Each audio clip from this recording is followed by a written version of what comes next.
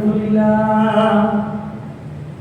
لله نحمده ونستعينه ونستغفره ونؤمن به ونتوكل عليه ونعوذ بالله من شرور انفسنا ومن سيئات اعمالنا من يهده الله فلا مضل له ومن يضلل فلا هادي له واشهد ان لا اله الا الله وحده لا شريك له واشهد ان محمدا عبده ورسوله اما بعد فان خير الحديث كتاب الله وخير الهدي هدي محمد صلى الله عليه وسلم وشر الامور محدثاتها وكل محدثه بدعه وكل بدعه ضلاله وكل ضلاله في النار فقد قال الله سبحانه وتعالى في القرآن المجيد والفرقان الحميد أعوذ بالله السميع العليم من الشيطان الرجيم الملك يومئذ الحق للرحمن وكان يوما على الكافرين عسيرا ويوم يعض الظالم على يديه يقول يا ليتني اتخذت مع الرسول سبيلا يا ويلتى ليتني لم اتخذ فلانا خليلا لقد ضلني على الذكر بعد إذ جاءني وكان الشيطان للإنسان خذولا وقال الرسول يا رب إن قوم اتخذوا هذا القرآن مهجورا.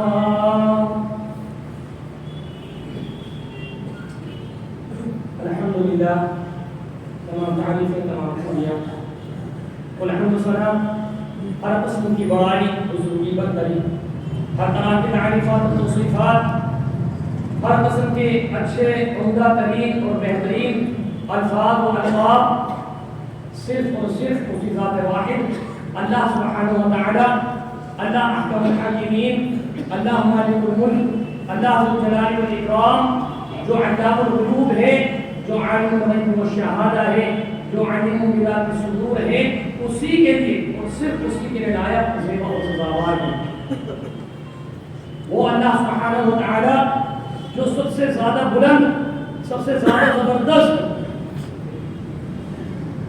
سب کا جاننے والا اور سب کا دیکھنے والا سب کا سننے والا وہ اللہ تبارک و تعالی کہ جو اپنے متعدد ارشاد فرماتا ہے کہ اللہ الذی رفع السماوات بغیر عمد ترونها اللہ تبارک و تعالی کا وہ ذات ہے کہ جس نے آسمانوں کو بغیر کسی ستون کے بغیر کسی سہارے کے کوئی گارڈر نہیں کوئی کھمبا نہیں کوئی پلر نہیں کوئی سہارا نہیں جہاں تک نظر جا رہی ہے بغیر سہارے کے ایسی کھڑا ہوا ہے ایسی رکا ہوا ہے صرف اللہ تبارک و تعالی کون ہے وہ ذات جس نے اتنے لمبے چوڑے وسیع و عریض پھیلے ہوئے آسمان کو روکا ہوا ہے تھاما ہوا ہے اسے اللہ تبارک و تعالی کی قدرت اس کے حکم سے ڈھیرا ہوا ہے اس کے حکم سے رکا ہوا ہے آسمان جب اللہ تبارک و تعالی کا حکم ہو جائے گا آسمان کا قیامت کے دن تو وہ سب تہس نہس اور برباد ہو جائے گا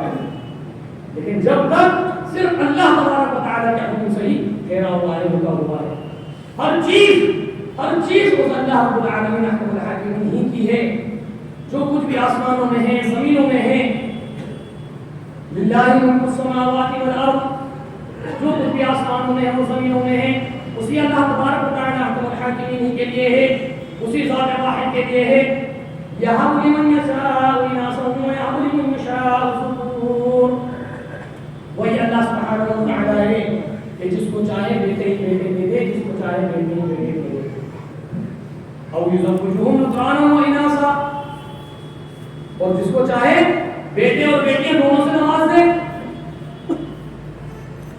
وَيَجْعَلُ مَن يَشَاءُ عَقِيمًا اور جس کو چاہے کچھ بھی نہ دے کوئی اولاد ہی نہیں دی حضرت لوط علیہ السلام کو اللہ تبارک و تعالی نے بیٹیاں سے نوازا یہ اللہ رب العالمین نے اس چیز کی مثال اپنے نبیوں میں بھی رکھی صرف عام لوگوں کا معاملہ نہیں ہے یہ نشانی یہ قدرت کے مناظر یہ اپنے اختیارات کا مظاہرہ الہ نے ان برگزیدہ ہستیوں میں بھی رکھا. لوط علیہ السلام کو صرف بیٹی ہی بیٹیاں, ابراہیم علیہ السلام کو صرف بیٹے ہی بیٹے, حضرت عیسیٰ اور حضرت عزیر علیہ السلام کو کچھ بھی نہیں دیا, کوئی اولاد نہیں. اور اپنے پیارے حبیب نبی محترم صلی اللہ علیہ وسلم کو دونوں سے نواز دیا, 3 بیٹے قاسم, عبداللہ اور ابراہیم, اور 4 بیٹیاں زینب, رقیہ, ام کلثوم اور فاطمہ. یہ نشانی ہے اللہ تبارک و تعالیٰ کی کہ کوئی اس کے علاوہ ایسی ذات, ایسی ہستی ہے ہی نہیں کہ جو تمہیں اولادیں بھی دے سکے, تمہاری بگڑیاں بنا سکے, تمہاری پریشانیوں کو دور کر سکے, تمہاری دکھ تکلیف درد بیماریوں کو ختم کر سکے سوائے اس اللہ تبارک و تعالیٰ کے. بس اسی سے رو لگاؤ, اسی سے مانگو, اسی کے آگے التجا کرو, اسی کے آگے اپنے ہاتھوں کو پھیلاؤ, دامنوں کو دراز کرو, اسی رب کائنات کے آگے اپنی درخواستوں کو رکھو, اسی سے اپنے شکوے کرو, اسی کے در کے بھکاری بن جاؤ. دیکھو کیسی اس کی رحمت بارہ تم پر نیوچھاور ہوتی چلی جاتی ہے, کیسی اس کی رحمتیں, اس کی فضیلتیں, اس کی عنایات, اس کی مہربانیاں, اس کا رحم و کرم تو وہاں پر سایہ فلک ہوتا چلا جاتا ہے. اور یہی اصل توحید ہے, یہی اصل توحید ہے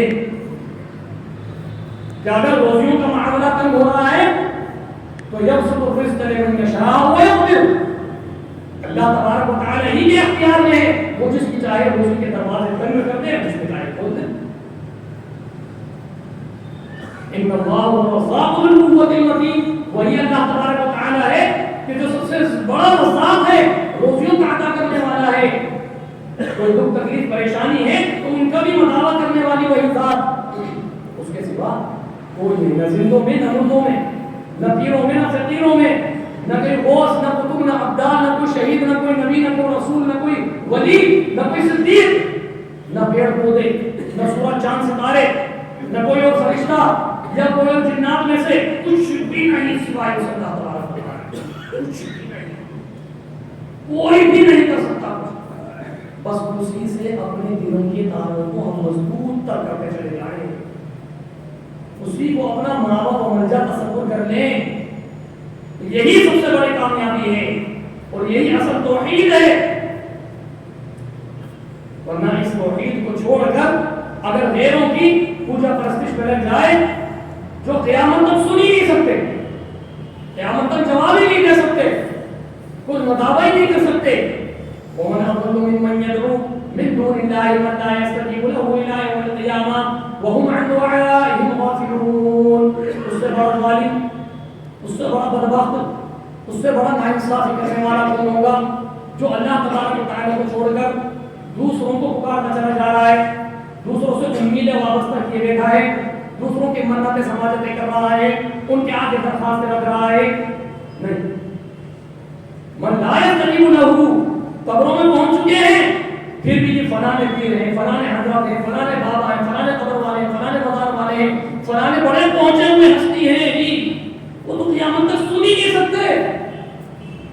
من لا يستجيب له الى يوم القيامه, قیامت تک کوئی بات سن ہی نہیں سکتے, وہ جواب دینا تو حضور کی بات اور تمہاری مرادوں کو پورا کرنا تو ناممکنات میں سے ہو ہی نہیں سکتا ہے جب قیامت تک سنی ہے. وَإِذَا حُشِرَ النَّاسُ كَانُوا لَهُمْ أَعْدَاءً وَكَانُوا بِعِبَادَتِهِمْ كَافِرِينَ. قیامت کے دن جب حشر و نشر کا میدان ہوگا, سب کو اکٹھا کر دیا جائے گا, تو وہ انکار کر دیں گے کہ ہمیں کبھی پکارا بھی تھا, ہماری کبھی عبادت بھی کی گئی تھی, منع کر دیں گے. فَبَوَأْنَا إِلَيْكَ مَا كَانُوا إِيَّانَا يَعْبُدُونَ. وہ لوگ انکار کر دیں گے کہ کبھی ان کو دنیا میں عبادت نہیں کی گئی تھی, ان سے امیدیں وابستہ کی گئی تھی, ان کے آگے دعائیں کے لیے ہاتھوں کو دراز کیا گیا تھا, ان سے مانگا گیا تھا, سب چیز کا انکار کر دیں گے. انہیں تو پتہ ہی احساس نہیں, علم نہیں ہوں گے. اسی طرح سبحان کو کیا فرمایا, ثم يوم القيامة يكفر بعضكم ببعض ويلعن بعضكم بعضا ومأواكم النار وما لكم من ناصرين. قیامت کے دن جس قدر بھی معبودان باطلہ ہیں وہ سب کے سب جو لوگ ان کی عبادت کیا کرتے تھے ان سے لڑائی کریں گے, جھگڑا کریں گے, ان پر لعن طعن کریں گے, ان کو برا بھلا بولیں گے, ان کے انکار کریں گے. اور آخرکار ان کا بھی اور ان کا بھی دونوں کا ٹھکانہ جہنم ہوگا. اگر راضی خوشی انہوں نے اپنی عبادتیں کروائی تو وہ بھی اس میں شامل ہو جائیں گے. امام ابن کثیر مسند احمد کے حوالے کے ساتھ سب بچے کی روایت کے ساتھ یہ حدیث لے کر آئے کہ اللہ تبارک و تعالیٰ قیامت کے دن میدان حشر میں اول سے لے کر آخر تک سب کو اکٹھا کرے گا. سب کو اکٹھا کرے گا, سب کو جمع کرے گا اور عرش کے سائے کے پاس سے ایک پکارنے والا پکارے گا, آواز لگانے والا آواز لگائے گا کہ اے اہل توحید, اے توحید والو, اے صرف اللہ تبارک و تعالیٰ ہی کی عبادت کرنے والوں, اے اس کے ساتھ کسی کو بھی شریک نہ ٹھہرانے والوں. 3 مرتبہ یہ اعلان ہوگا, اے توحید والو, اے توحید پرستوں, اے توحید والو.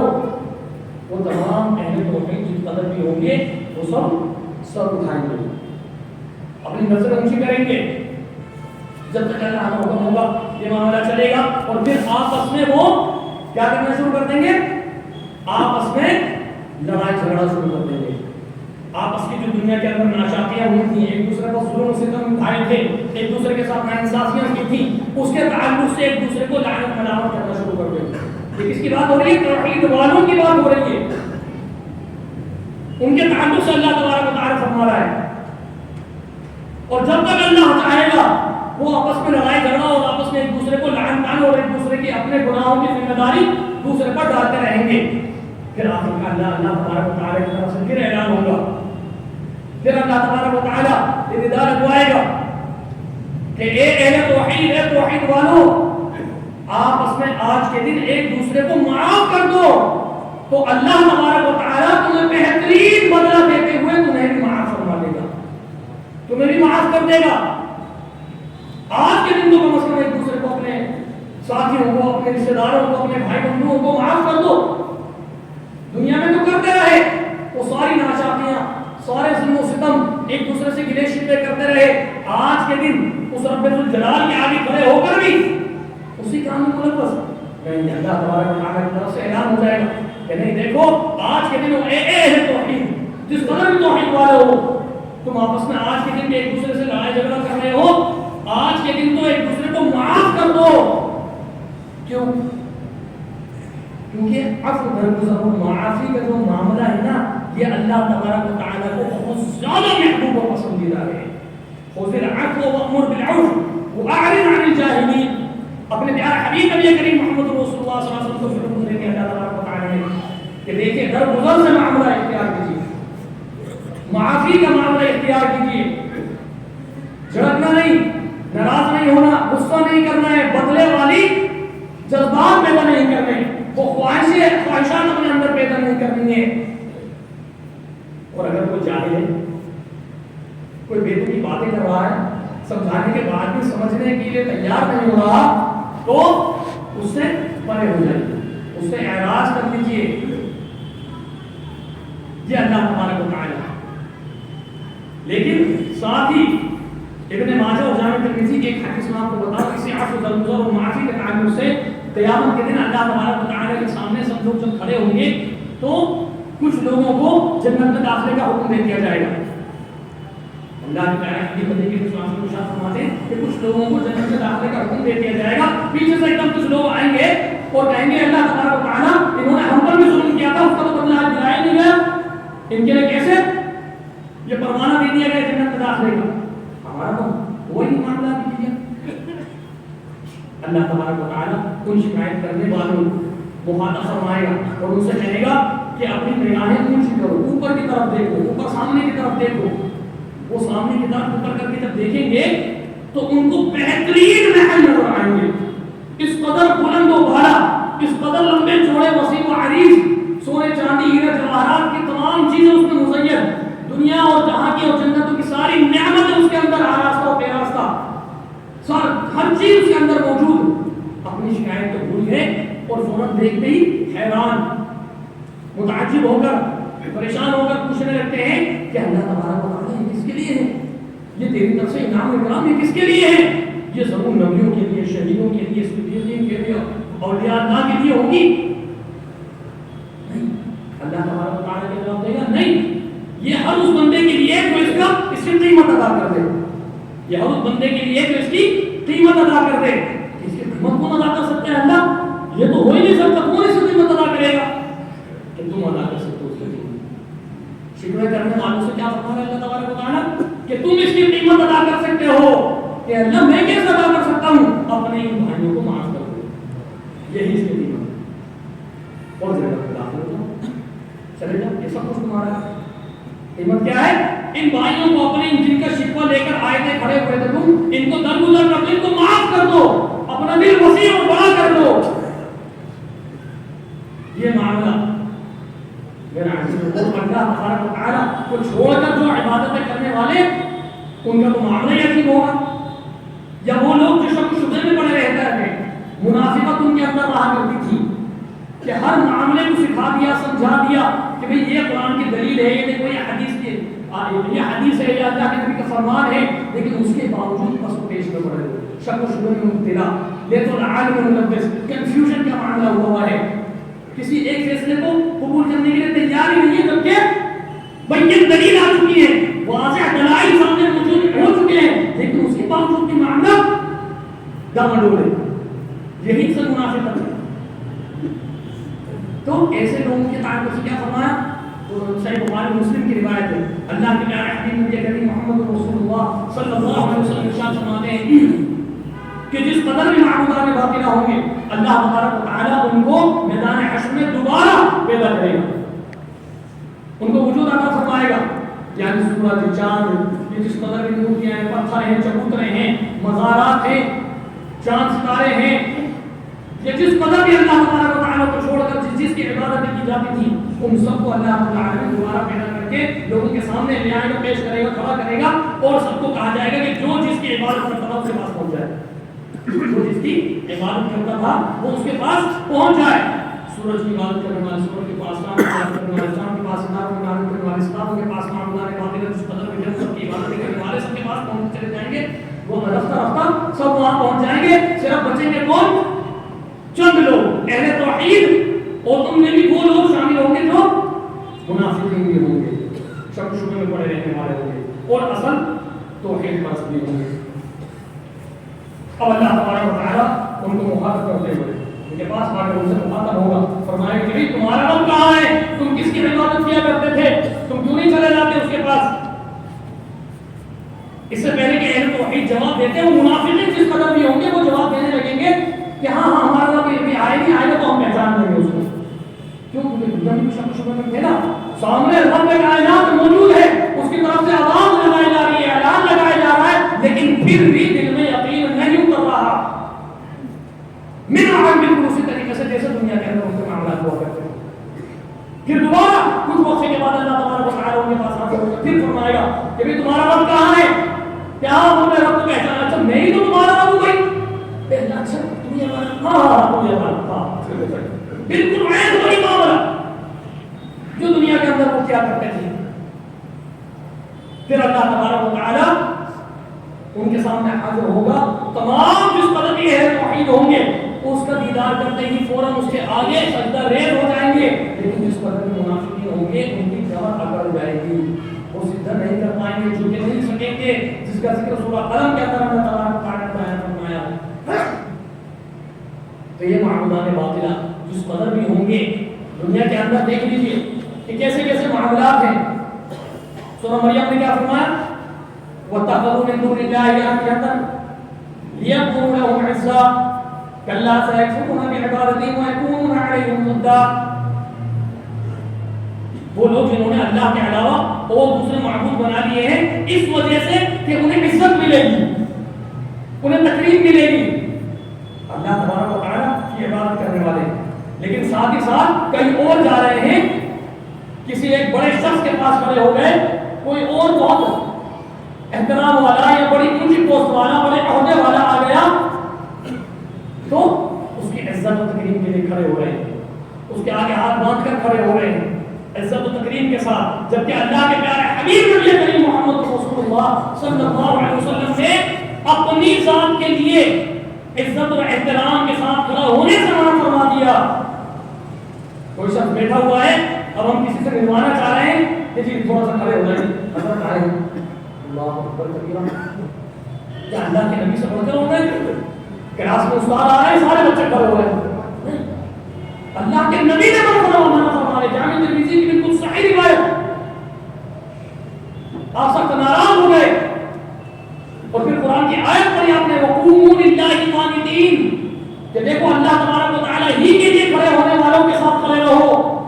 میرے لیے تقریب اور عزت نہ کرو, میرے لیے کھڑے مت ہو. یہ معاملہ ہی عجیب ہے. کس وجہ سے کہ ہمیں عزت مل جائے گی, تھوڑی سی ہمیں تقریب مل جائے گی. بڑے پہنچے ہوئے شخصیت ہیں, بڑے اعلیٰ حضرت ہیں, بڑی اونچی پوسٹ والے ہیں, بڑے اونچے عہدہ والے ہیں, کھڑے ہوئے ان کے آگے ادب احترام. یہ شرک میں سے, یہ شرک کی قبیل میں سے ہے. ادباً احتراماً کھڑا ہونا صرف اللہ تبارک و تعالیٰ کے لیے, صرف اور صرف اللہ رب العالمین کے لیے. اس رب کائنات کو چھوڑ کر وہ اندازہ لگائیں کہ پوری کائنات کے اندر اس بارے الہ کو چھوڑ کر اللہ کے پیارے حبیب نبی کریم محمد رسول اللہ صلی اللہ علیہ وسلم سے زیادہ عزت والا, احترام والا, مکرم اور مشرف کوئی شخصیت ہو سکتی ہے؟ نہیں ہو سکتی. آپ اپنے لیے منع فرما رہے ہیں تو کوئی اور اس قابل کیسے ہو سکتا ہے؟ نہیں ہو سکتا, قطعاً نہیں ہو سکتا. نہیں, یہ شرک کی وہ چھپی ہوئی قسمیں ہیں کہ جن کو ہم پہچان نہیں پاتے اور اس کا ارتکاب ہم سے شیطان کروا لیتا ہے اور رفتہ رفتہ ہم جہنم تک پہنچ جاتے ہیں, جہنم کا ایندھن بن جاتے ہیں. اللہ رب العالمین سب کو بچا محفوظ رکھے.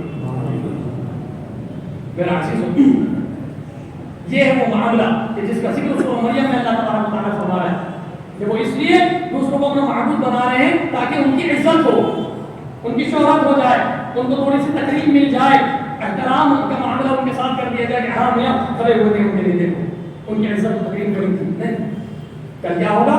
کلا, ہرگز نہیں, یہ بالکل روا نہیں, بالکل جائز نہیں. سيكفرون بعبادتي ويكونون عليهم ضدا.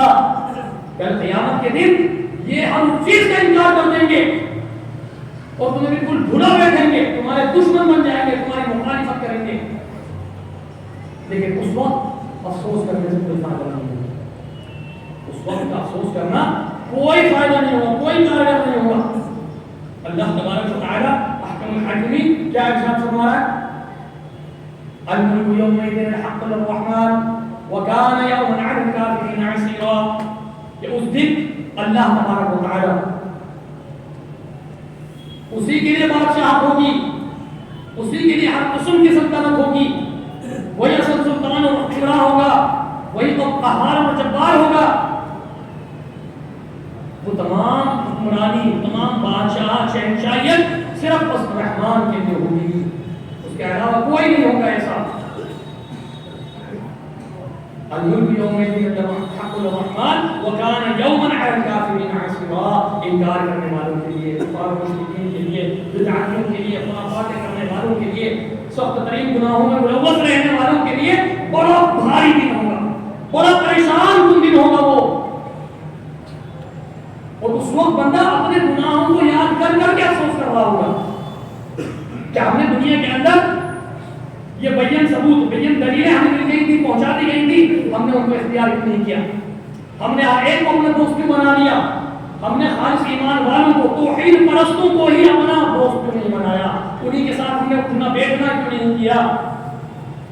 آج ہمارے نوجوانوں کے اندر یہ چیز بہت زیادہ پھیلتی چلی جا رہی ہے. بغیر کسی تمیز کے کسی کو بھی اپنا دوست بنا لیا جاتا ہے, بغیر کسی معاملے کے, بغیر کسی سمجھ اور بوجھ کے.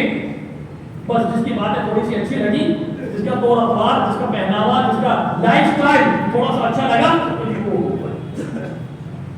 اسی کو اپنا آئیڈیل بنا دیا, اسی کو اپنا سب کچھ بنانا شروع کر دیا. اب اسی کے لیے وقت لگا رہے ہیں, اسی کے ساتھ اٹھنا بیٹھنا ہو رہا ہے, اسی میں خوشی محسوس کی جا رہی ہے اور اس کو فخر محسوس کیا جا رہا ہے. نہیں, سخت ترین انداز سے منع فرما دیا. اور ایسے لوگوں کے لیے اللہ تبارک و تعالیٰ کیا فرما رہا ہے سورہ فرقان کے اندر؟ الملك يومئذ الحق للرحمن وكان يوما على الكافرين عسيرا ويوم يعض الظالم على يديه يقول يا ليتني اتخذت مع الرسول سبيلا. اس دن ایسے لوگ ایسے لوگ کیوں؟ کیونکہ صحبت کا اثر آتا ہی ہے. کچھ بھی کر لیجیے، کتنے ہی اپنے عقیدہ اور ایمان کو، اعمال کے معاملات کو مضبوط ترین کر لیجیے، لیکن صحبت کا اثر آنا ہی ہے، اس کا اثر پڑتا ہی ہے. آخر کیا وجہ ہے؟ کیا وجہ ہے کہ اللہ کے نبی صلی اللہ علیہ وسلم نے اس کی بڑی تاکید فرمائی؟ کیا وجہ ہے کہ قرآن مجید کے اندر بنی اسرائیل کے جو تین قسم کے لوگ جن کو خنزیر اور بندر بنا دیا گیا، ان میں سے ایک تو وہی تھے نا جو منع تو کرتے تھے لیکن پھر اگلے ہی پل ان کے ساتھ شامل ہو جاتے تھے. لیکن بچے کون؟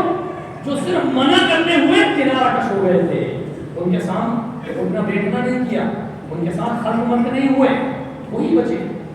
باقی جو دونوں قسمیں تھیں ان سب کو اللہ تعالیٰ نے عذاب و نذیر کیا. یہ وجہ ہے اصل، اس لیے اللہ تعالیٰ رب العالمین نے ارشاد فرما رہا ہے کہ وَيَوْمَ يَعْضُ الظَّالِمُ عَلَى يَدَيْهِ يَقُولُ يَا لَيْتَنِي اتَّخَذْتُ مَعَ الرَّسُولِ سَبِيلًا. وہ افسوس کریں گے ایسے لوگ کہ کاش کہ ہم نے ایمان والوں کو اپنا دوست کیوں نہ بنایا، اہل توحید کو اپنا دوست کیوں نہ بنایا، خالص کتاب و سنت پر عمل پیرا رہنے والوں کو اپنا دوست کیوں نہ بنایا، اور ان سے زیادہ بڑھ کر اس کے اللہ کے پیارے حبیب نبی کریم محمد رسول اللہ صلی اللہ علیہ وسلم کو اپنا دوست کیوں نہ بنایا. ان کی باتوں کو قبول کرنے والا ہم کیوں نہ بنے، ان کو اپنا رہنما، اپنا گائیڈ، اپنا آئیڈیل کیوں نہ بنایا. ہم نے ہر دوسرے شخص کو جس کے اندر تھوڑی سی اچھائیاں دیکھی، کچھ اچھی باتیں دیکھی، اسی کو ہم نے اپنا سب کچھ تصور کر لیا تھا، اپنا رہنما بنا لیا تھا. یہ ایسا ہم نے کیوں کہ افسوس کے مارے اپنے ہاتھ چبا ڈالیں گے.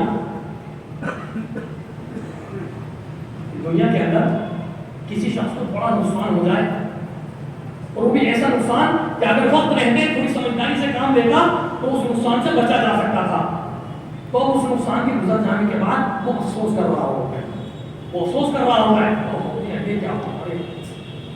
کبھی ماتھے پر ہاتھ رکھ رہا ہے، کبھی دانتوں پر انگلیاں رکھ رہا ہے، کبھی کچھ کر رہا ہے، کبھی کسی انداز سے اپنے آپ کو افسوس اور لعنت ملامت کرنے میں لگا ہوا ہے. وہ اللہ کے اللہ رب العالمین اس طریقے سے اس نقشے کو کھینچ رہا ہے کہ وہ صرف انگلیاں دانتوں میں نہیں رکھیں گے بلکہ اپنے ہاتھ چبا ڈالیں گے افسوس کرتے کرتے، لیکن انہیں احساس نہیں ہوگا کہ اپنے ہاتھ کو چبا لیا. اس قدر افسوس، اس قدر پچھتاوا، اس قدر ندامت. لیکن وہ وقت دوبارہ نہیں آ سکتا، دنیا میں دوبارہ نہیں آ سکتے، جو ہو چکا وہ ہو چکا. وقت رہتے انسان اپنے ایمان کی روشنی میں اللہ تبارک و تعالیٰ سے توفیق طلب کرتے ہوئے اپنے معاملات کی اصلاح کرتا رہے، یہی سب سے بڑی اصل منظور سمجھتا ہے. وَمَنْ يَعْضُ الظَّالِمُ عَلَى يَدَيْهِ يَقُولُ يَا لَيْتَنِي اتَّخَذْتُ مَعَ الرَّسُولِ سَبِيلًا يَا وَيْلَتَا لَيْتَنِي لَمْ أَتَّخِذْ فُلَانًا خَلِيلًا. اللہ اکبر، ہائے افسوس، سنا افسوس، میں نے فلاں کو فلاں کو فلاں کو فلاں کو اپنا دوست کیوں بنایا، ان خیروں کو اپنا رہنما کیوں بنایا، ان کی باتوں میں کیوں چلا.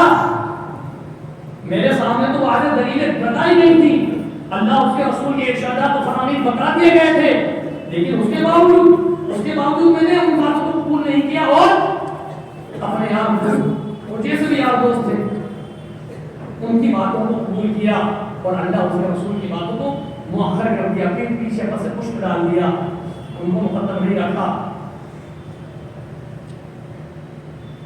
وقال الرسول ويوم يعض الظالم على يديه يقول يا ليتني اتخذت مع الرسول سبيلا يا ويلتى ليتني لم اتخذ فلانا خليلا لقد ضلني عن الذكر بعد إذ جاءني وكان الشيطان للإنسان خذولا. دلائل آ جانے کے بعد بھی مجھے گمراہ کر دیا میرے دوستوں نے، اور شیطان موقع پر وقت پر دھوکہ دینے والا ہوتا ہے. ایک وقت ہوتا ہے، ساری باتیں ذہن میں ہوتی ہیں، سنا ہوا ہوتا ہے، پڑھا ہوا ہوتا ہے کہ نہیں بھائی یہ مسئلہ اس طرح نہیں اس طرح سے ہے، اور جب یہ مسئلہ بتایا جا رہا تھا تو ہم نے یہ بھی ارادہ کر لیا تھا کہ ہم اپنی اصلاح کریں گے، ہم اپنی اصلاح کر لیں گے، اپنی اس کمی کو دور کر دیں گے اپنے اندر سے. لیکن اس کے باوجود جب موقع آیا تو شیطان نے ان ساری باتوں کو ایسا دماغ سے رفع کر دیا کہ موقع پر شیطان نے دھوکے میں ڈال کر اسی گناہ کو دوبارہ ملوث کر دیا. اکثر ہوتا ہے وہی ذکر اللہ رب العالمین نے فرمایا. اور پھر اس کے بعد کیا فرمایا؟ اس کے بعد اللہ کے پیارے حبیب نبی کریم محمد رسول اللہ صلی اللہ علیہ وسلم کے تعلق سے رب کائنات ارشاد فرما رہا ہے کہ قیامت کے دن وہ نبی محترم صلی اللہ علیہ وسلم جن کو ہر پل ہر لمحہ ہر نماز کے بعد راتوں کی لمبی لمبی نمازیں اور قیام اور رکوع و سجود کے اندر اس امت کے لیے، اس امت کی سلامتی کے لیے، اس کی ہدایت اور رہنمائی کے لیے جو دعائیں کرتے نہیں تھکا کرتے تھے، جن کے آنسو نکلتے چلے جاتے تھے، صرف اپنی امت کی فکر کرتے ہوئے وہ کل قیامت کے دن اپنی اسی امت کی شکایت اللہ تبارک و تعالیٰ کے سامنے کریں گے. اور کیا کہیں گے؟ وقال الرسول یا ربی ان قوم اتخذوا هذا القرآن مهجورا. اے میرے مولا، اے میرے پروردگار، اے میرے رب کائنات، یہ میری قوم تھی، میری امت تھی کہ جنہوں نے قرآن کو چھوڑ دیا تھا، قرآن پر عمل نہیں کیا کرتے تھے، قرآن کو انہوں نے پر سے پشت ڈال دیا تھا. جی کیا مطلب قرآن کو پر سے پشت ڈالنے کا؟ قرآن کو چھوڑ دینے کا؟ تو قرآن مجھے پڑھتے ہیں، صبح ہوتے ہی ہم قرآن مجھے اٹھا لیتے ہیں، ہمارا تو معمول ہے. ہم تو روز آنا کوئی نہ کوئی سورت، کوئی تھوڑا بہت جس قدر بھی ہمیں توفیق ہوتی ہے ہم اس کا تلاوت کرتے رہتے ہیں. نہیں، یہ نہیں ہے معنی. سورہ ابن ماجہ کی روایت، حسن بصری کی روایت، اللہ کے پیارے حبیب نبی کریم محمد رسول اللہ صلی اللہ علیہ وسلم چند صحابہ کرام کے درمیان سے گزر رہے تھے. حضرت زیاد بن لبید حدیث کے راوی ہیں، اللہ کے نبی صلی اللہ علیہ وسلم نے ان کی گفتگو تھوڑی دیر سنی اور پھر کیا فرمایا کہ یہ اس وقت ہوگا جب قرآن کو چھوڑ دیا جائے گا، جب تم لوگ ایمان والے ہونے کے باوجود قرآن کو چھوڑ دو گے. صحابی فوراً پریشان تعجبانہ انداز میں دریافت کرتے ہیں، اے اللہ کے نبی صلی اللہ علیہ وسلم، ہم تو قرآن پڑھتے ہیں، قرآن سیکھتے ہیں، قرآن یاد کرتے ہیں، ہم پھر اپنے بچوں کو بھی پڑھائیں گے، وہ پھر اپنے بچوں کو پڑھائیں گے، وہ پھر اپنے بچوں کو پڑھائیں گے، اور یہ سلسلہ قیامت تک چلتا رہے گا. قرآن کو کیسے چھوڑ دیں گے ہم؟ اللہ کے پیارے حبیب نبی کریم محمد رسول اللہ صلی اللہ علیہ وسلم ارشاد فرماتے ہیں، اے زیاد، میں تو تمہیں مدینے کا بڑا سمجھدار شخص سمجھا کرتا تھا، تم یہ کیسی باتیں کر رہے ہو؟ تم یہ کیسی باتیں کر رہے ہو کہ یہود و نصارہ پر تورات اور انجیل نازل نہیں ہوئی؟ کیا وہ اس کو دن رات نہیں پڑھتے لیکن کیا اس پر عمل کرتے ہیں؟ تو عمل نہ کرنا یہ ہے قرآن کو چھوڑ دینا. طوطے کی طرح کتنا ہی آپ نماز پڑھتے رہیے، کتنے ہی اس کی تلاوت کرتے رہیے، کتنی ہی بار گردانیاں کرتے چلی جائیے، ہر ہفتے قرآن مجید کا اختتام کیجیے، مکمل کیجیے، سب بے سود. یہ قرآن کا چھوڑنا نہیں ہے. اللہ تبارک و تعالیٰ نے جو احکامات قرآن مجید فرقان حمید کے اندر نازل فرمائے ہیں ان کو ہم کتنا اپنے اندر کے رس کرنے کی کوشش کر رہے ہیں. نہیں کرنا ہے تو یہ قرآن کا چھوڑنا. جتنی برائیوں سے اور حرام باتوں سے، شرکیات، کفریات، لغویات، بدعات اور خرافات سے بچنے کے اللہ تبارک و تعالیٰ نے قرآن میں حکم صادر فرمایا ہے. ہم ان سے کتنا بچنے کی کوششیں کر رہے ہیں، نہیں بچ رہے تو یہ قرآن کو چھوڑنا ہے. اللہ تبارک و تعالیٰ قرآن مجید کے اندر ارشاد فرما رہا ہے، یخادعون اللہ وخادعون واذا قاموا الى الصلاة قاموا كسالى یراؤون الناس ولا یذکرون اللہ الا قلیلا.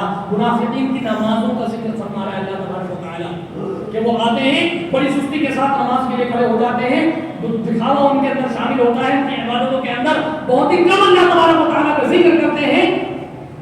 یہ ان کی نشانیاں ہیں.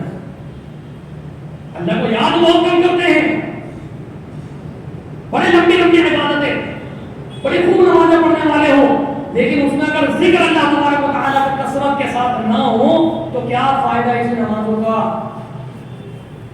اللہ تبارک و تعالیٰ تو قرآن میں حکم دے رہا ہے فَاسْأَلُوا أَهْلَ الذِّكْرِ إِن كُنتُمْ لَا تَعْلَمُونَ. ہم نے اس کو چھوڑ دیا، یہ ہے قرآن کا چھوڑ دینا کہ اگر تمہیں نہیں معلوم تو علم والوں سے دریافت کر لو. یہ کہیں نہیں کہا کہ گوگل سے معلوم کر لینا، واٹس ایپ پہ معلوم کر لینا، یوٹیوب میں دیکھ لینا، نہیں کہا. اہل علم سے رابطہ کیجیے، ان کے آگے وقت لگائیے، استاد بنائیے.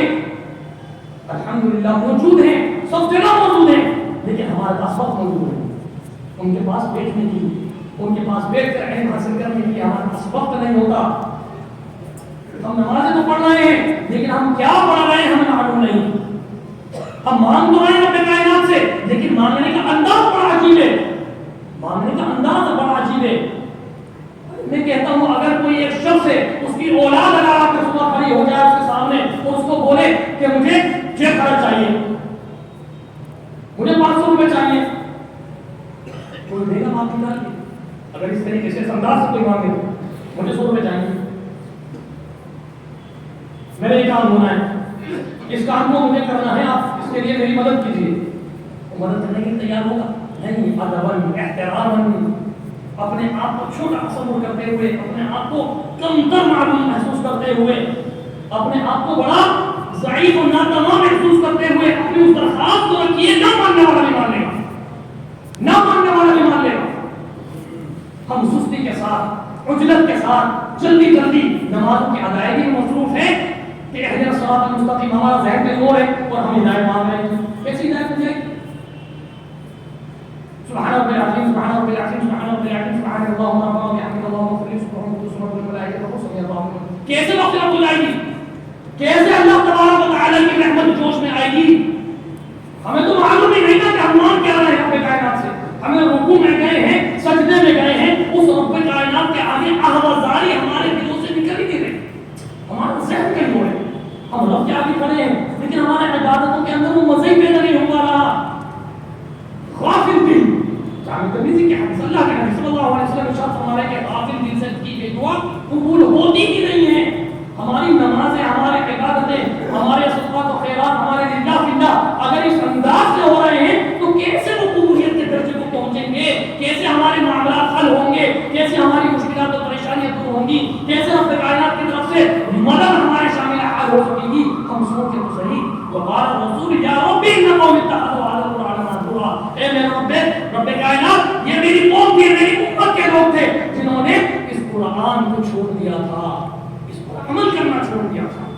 علم حاصل کرنے کی کس قدر تاکید اللہ رب العالمین قرآن میں بیان فرما رہا ہے، لیکن ہمیں احساس ہی نہیں اس کا کہ ہم اپنے بچوں کو دینی تعلیم حاصل کرانے کے قبول کریں، ہم خود اس کے لیے وقت نکالنے کی کوششیں کریں اور اس کا احساس نہیں۔ اللہ رب العالمین ہم سب کو نیک اور صحیح سچی سمجھ کی توفیق عطا فرما دے تاکہ ہم اپنی سب سے پہلے اپنی اصلاح کی فکر کریں، پھر اپنے بچوں کی اصلاح کی فکر کریں، اپنی بچیوں کی اصلاح کی فکر کریں، اپنی گھروں کی خواتین کی اصلاح کی فکر کریں تاکہ سب کی ایمان کی حفاظت ہو کے ہو سکے اللہ تبارک و تعالی کی طرف سے۔ آمین یا رب العالمین۔ اقول قولی ھذا استغفر اللہ لکم ولسائر المسلمین۔